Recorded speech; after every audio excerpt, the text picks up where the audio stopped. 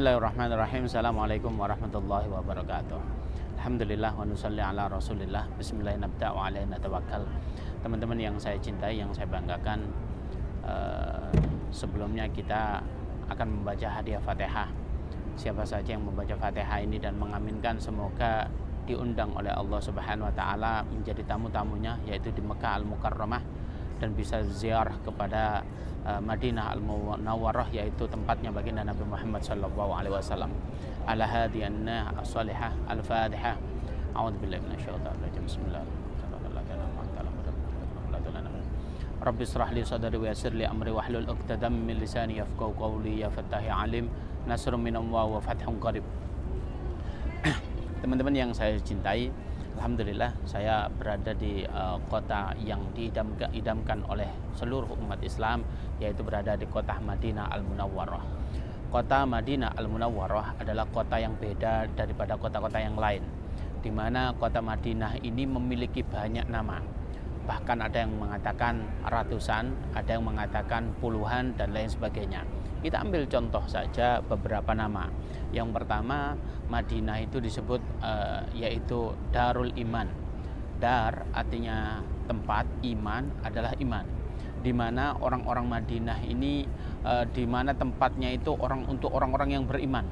Itu yang pertama maksudnya. Yang kedua, Darul Iman adalah siapa saja yang memasuki kota Madinah, maka imannya sayazid, imannya akan bertambah. Maka subhanallah sekali, kalau kita diizinkan oleh Allah Subhanahu wa taala umroh maupun haji dan bisa ziarah ke kota Madinah ini, maka suasananya kita itu luar biasa. Maka hati kita itu luar biasa. Di antaranya kita itu ihtimam, atau senantiasa hati kita itu terpacu untuk beribadah. Bahkan kita kalau kita tidak sholat berjamaah, apalagi kita di hotel saja, kita begitu, kalau orang Jawa mengatakan eman sekali begitu ya. Maka di sini adalah Darul Iman. Yang kedua adalah Thayyibah. Thayyibah itu artinya indah. Memang kita lihat Madinah ini luar biasa, indahnya luar biasa. Tatkala saya baru memasuki kota Madinah, suasananya indahnya itu luar biasa. Itu makna indah. Yang kedua suci. Memang suci, di samping indah dan suci, kota yang salah satu kota yang disucikan oleh baginda Nabi Muhammad oleh Allah Subhanahu wa taala. Sebab ada 3 masjid yang disucikan oleh Allah Subhanahu wa taala. Yang pertama adalah Masjidil Haram, yang kedua adalah Masjidi kata Rasulullah, yaitu Masjid Nabawi. Yang ketiga adalah Masjidil Aqsa. Maknanya masjid yang kita duduki sekarang ini, Masjid Nabawi, itu salah satu masjid yang disucikan oleh Allah Subhanahu wa taala. Tidak cukup sampai di situ. Madinah adalah kota di mana para syuhadanya terbanyak di dunia. Kita lihat bahwasanya Nabi Muhammad SAW, beliau itu wafatnya kurang lebih 63 tahun umurnya. Tetapi beliau itu tahun berapa hijrahnya, kurang lebih beliau itu posisi setelah hijrah itu 11 tahun di Madinah. Maknanya beliau itu sudah umur 52 tahun. Tapi di 52 tahun itu Rasulullah SAW perang berkali-kali. Tapi kalau kita lihat Rasulullah SAW dominan mengikuti perang tersebut. Di antaranya perang yang diikuti oleh Rasulullah SAW kurang lebih 27 kali. Bayangkan 27 kali itu yang diikuti oleh para sahabat yang lain, lebih ada yang daripada 27 kali. Tetapi bagaimana 27 kali itu? Pastinya tidak semua peperangan yang dijalani oleh umat Islam itu umat Islam menang semuanya. Maknanya ada yang gugur, ada yang syahid. Bayangkan syahidnya itu banyak sekali. Kalau kemarin alhamdulillah Al-Fakir bisa ziarah ke beberapa tempat, ada perang Khandaq, ada beberapa tempat perang-perang itu tersebut di mana darahnya para syuhada meneteskan darahnya di tanah tersebut. Maknanya kota Madinah adalah kota para syuhada. Kota yang mana syuhada itu dikabarkan oleh baginda Nabi Muhammad SAW, dikatakan bahwasanya orang yang mati syahid itu mampu mensyafaati 72 orang. Maknanya beliau itu syahidnya di kota Madinah. Kota Madinah juga dikenal beberapa masjid, di antaranya masjidnya itu dibangun oleh para sahabat. Ada sahabat Sayyidina Ali membangun, Sayyidina Hasan juga membangun. Kemudian Sayyidina Abu Bakar juga membangun, Sayyidina Umar juga membangun masjidnya. Beberapa kali saya tatkala melewati masjid tersebut, tatkala dari hotel, luar biasa getarannya. Ini menunjukkan bahwasanya Nabi kita, Nabi besar Muhammad SAW mengajarkan kita bahwasanya kalau bisa kita di dunia ini membangun masjid. Membangun masjid ini maknanya apa? Membangun masjid ini hadiahnya diberikan oleh Allah Subhanahu wa taala itu apa? Yaitu dalam bentuk yang sangat luar biasa. Apa sih hadiahnya? Yaitu istana di surganya Allah Subhanahu wa taala. Bukan hanya rumah tetapi istana.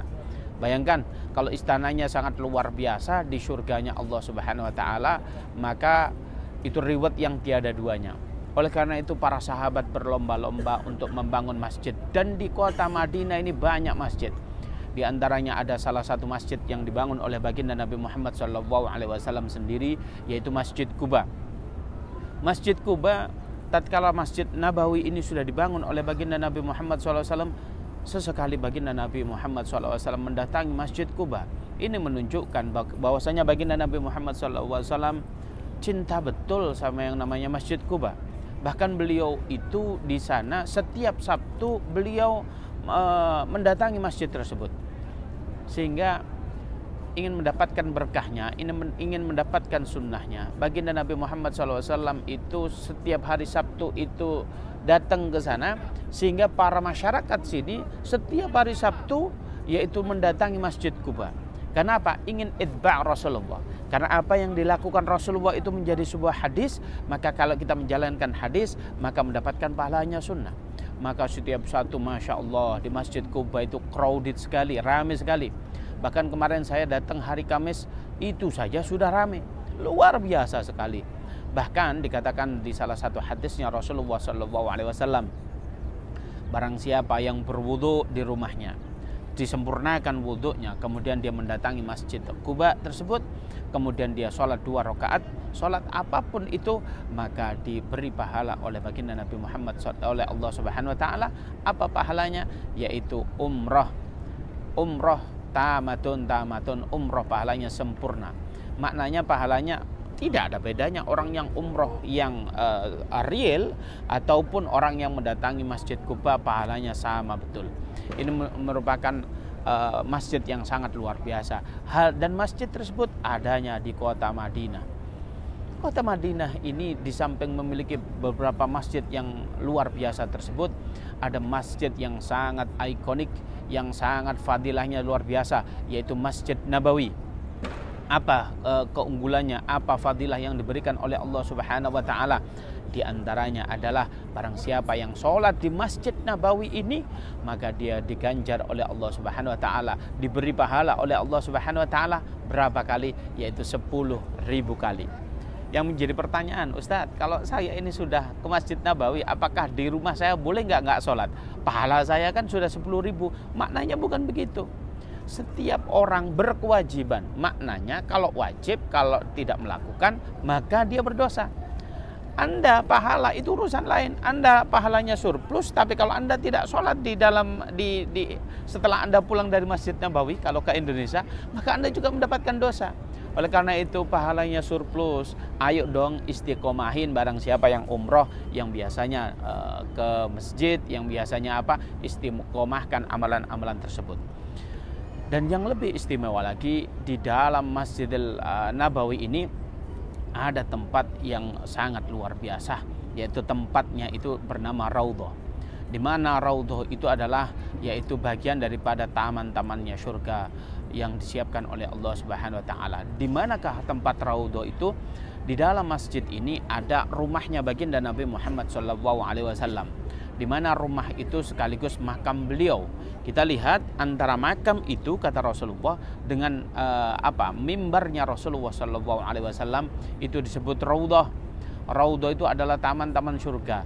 Dikatakan di beberapa literasi yang Al-Fakir baca, maka Raudhah ini luar biasa sekali, di mana istijabatid doa, di mana kita mendapatkan reward dari Allah, segala doa kita dikabulkan oleh Allah Subhanahu wa taala. Bayangin kalau di situ kita doa senantiasa menghadap kiblat, meminta kepada Allah Subhanahu wa taala, dan diajarkan oleh para sahabat bagaimana kita tawasul dengan baginda Nabi Muhammad SAW, maka istijabati doa. Bagaimana tawasul? Apakah diperbolehkan apa tidak? Kita lihat baginda Nabi Muhammad SAW menceritakan dulu ada salah satu orang, 3 orang keluar rumah, kemudian dia beristirahat di salah satu ghar atau gua, kemudian ada batu yang menutupi mulut gua tersebut. Sontak orang yang ada di dalam gua itu tidak bisa keluar. Maka beliau itu 3 orang itu bertawasul apa? Bertawasul atas apa? Yang pertama bertawasul dengan amal-amal mereka. Apa? Yang pertama dengan puasa mereka, yang kedua dengan sedekah mereka, yang ketiga adalah bagaimana dia bertawasul, dulu saya mampu meninggalkan maksiat, padahal saya berkesempatan tetapi saya meninggalkan itu juga bisa kita tawasuli. Maka tawasul dengan baginda Nabi Muhammad SAW hukumnya boleh. Maka di Riyadhah, di Raudhah itu, maka alhamdulillah kalau Anda diberi kesempatan ini, maka siapkan doa terbaik. Maka mintalah kepada Allah Subhanahu wa taala, karena di sini tidak ada hijab antara abdun dengan al-khaliq, tidak ada hijab antara Allah dengan kita semua. Maka mintalah di situ. Tetapi di sini karena jutaan orang yang hadir di sini, bukan hanya satu negara Indonesia saja, bahkan orang penduduk asli Saudi Arabia juga hadir di sini, bahkan seluruh negara, bahkan Juzul Qamar ada di Eropa, ada di Cina, semua datang ke sini. Oleh karena itu tempatnya kecil, yang datang banyak, jadi apa? Rebutan. Tapi alhamdulillah sekarang takmirnya Masjid Nabawi ini difokuskan bisa mendatangi kita, mengaturnya dengan cara apa? Yaitu diatur dengan yang masuk bergantian.